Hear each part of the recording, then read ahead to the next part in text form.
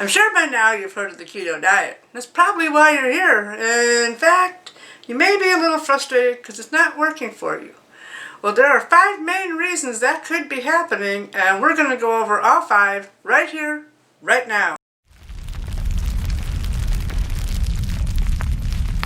Okay, we know that the keto diet is based on having a minimum amount of carbs, especially the bad carbs, the ones that are starchy or sugary. We don't want to do without sugar. Well, yeah, you have to do without sugar on the keto diet.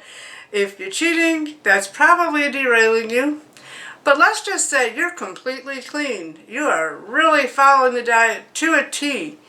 What's the problem? It's getting frustrating. I'm not losing the weight. Everyone else is losing weight by the tons, and I'm not losing anything. Well, let's go over a few things that are probably hurting you in the long run. Number 1, too many carbs. Sounds simple, right? Everyone kind of knows net carbs, but what are net carbs? How do you figure out what is a net carb? A net carb is the total amount of carbs a food has, and you can find that in just about any food calculator online, or just look up nutritional information on a particular food, and you can find out how many carbs it has per serving or per certain amount. But you want to subtract the fiber. The fiber doesn't count. The body doesn't absorb it. It's not a nutrient. It's good for you because it helps keep your digestive system moving, but it doesn't count as a carb. It doesn't impact your insulin or your glucose. So you want to subtract the carbs from the total carbs, and that gets your net carbs. You can eat a lot of net carbs during a day. A lot of vegetables. You know, most meats you're going to eat aren't going to have any at all, so that doesn't count. Everyone kind of knows that you can eat all the meat you want, right? Sort of. But people think, oh, I have to do without vegetables, but you don't. You can eat practically a whole, in fact, I have eaten an entire head of cauliflower in a day, and that didn't even put me over 10, and the rest of my day was pretty much without any other carbs, so it was fine. There are a lot of vegetables that are high in carbs, even without fiber, etc. So you do have to watch that. If you're eating too many carbs, and still feeling hungry, and kind of angry and frustrated because you can't have any sweets or good snacks or anything like that because you're just really grumbly and hangry all day, you're probably not eating enough fat. Fat is very important, and it is not the enemy. And I think one of the problems with fat is the word. The word fat is synonymous with the stuff you want to get off your body. Why would you want to put more in, right? It's not the same thing. It doesn't happen the same way. Yes, it gets stored that way if you're eating sugar. If you eat sugar, it will get stored. The fats you eat will get stored. But if you're not eating sugar, like the keto diet is geared to produce that reaction that your body burns the fat.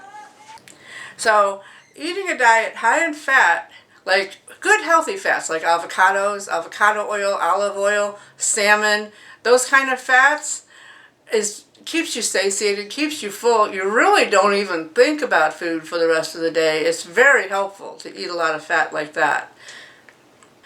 Number 2 is not giving it enough time, especially if you've got a fair amount of weight to lose. If you've held your weight for a long time, you're not 20 and you've been carrying it around for a little while, there's probably internal things going on that need to happen. Your metabolic issues need to be resolved. Your liver and your kidneys and your pancreas, especially your liver and your pancreas, which are involved in the insulin production and the secretion of ghrelin, your hunger hormone, all of that, they have to be regulated and healed for a time. So weight loss could be, some people say, well, this person went on the keto diet and they lost 20 pounds in a month. Great for them. But if you need to heal inside, let it happen. Let it happen. If you get a pound or 2 a month, be happy with it and know that things are going on. As long as you're doing everything right, things are going on that need to happen inside for you to be healthy. Okay, number 3 is tricky. Too much fat.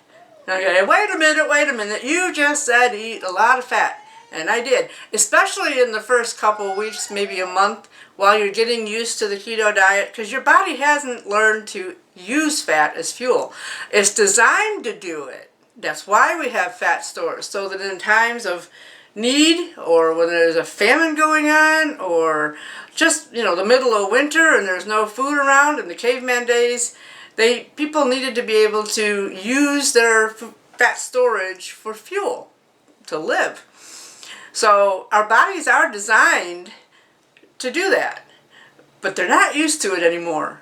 We've been spending years feeding it and feeding it and feeding it and giving it sugar and giving it carbs, and carbs are a much easier fuel source for the body to process, much easier than going after its own fat storage. So your body has to learn again. It knows how to do it, but it's way out of practice. So it has to learn how to do it.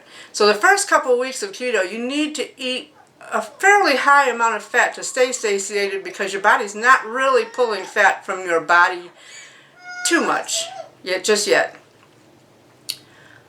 So after a few weeks, though, your body has become fat adapted. That means it has learned, oh, there's no carbs here. I better find fuel from somewhere or this sucker's going to die. That's what it's for. That's what the body is made to do. It's made to find that fat storage and use it. So it's learned how. It said, oh yeah, and we've allowed it to by decreasing insulin, which is the trigger that prevents that from happening. If there's a lot of sugar in your blood, there's a lot of insulin in your blood. And that insulin blocks the fat receptors. You can't pull fat from your storage when you have a lot of insulin in your blood. So we've created the perfect atmosphere for fat burning.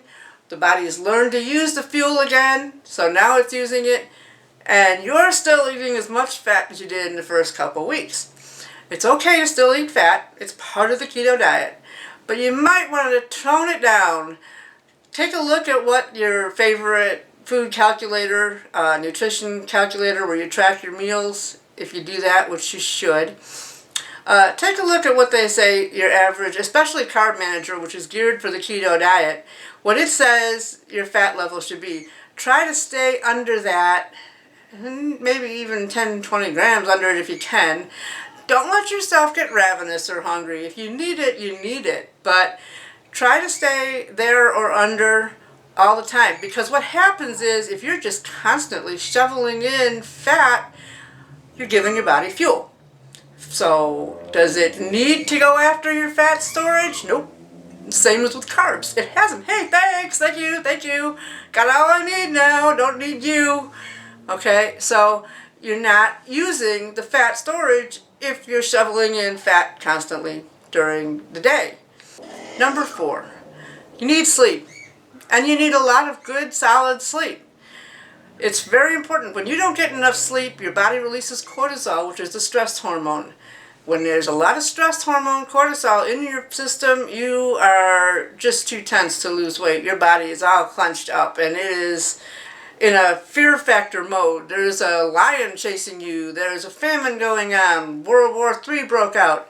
Something's going on. It doesn't know what, but it knows that something bad is happening to you, or at least it thinks it does, because you're not getting any sleep.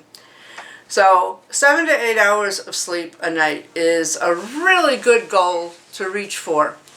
Turn off all electronics. Don't even take them in the room if you can avoid it.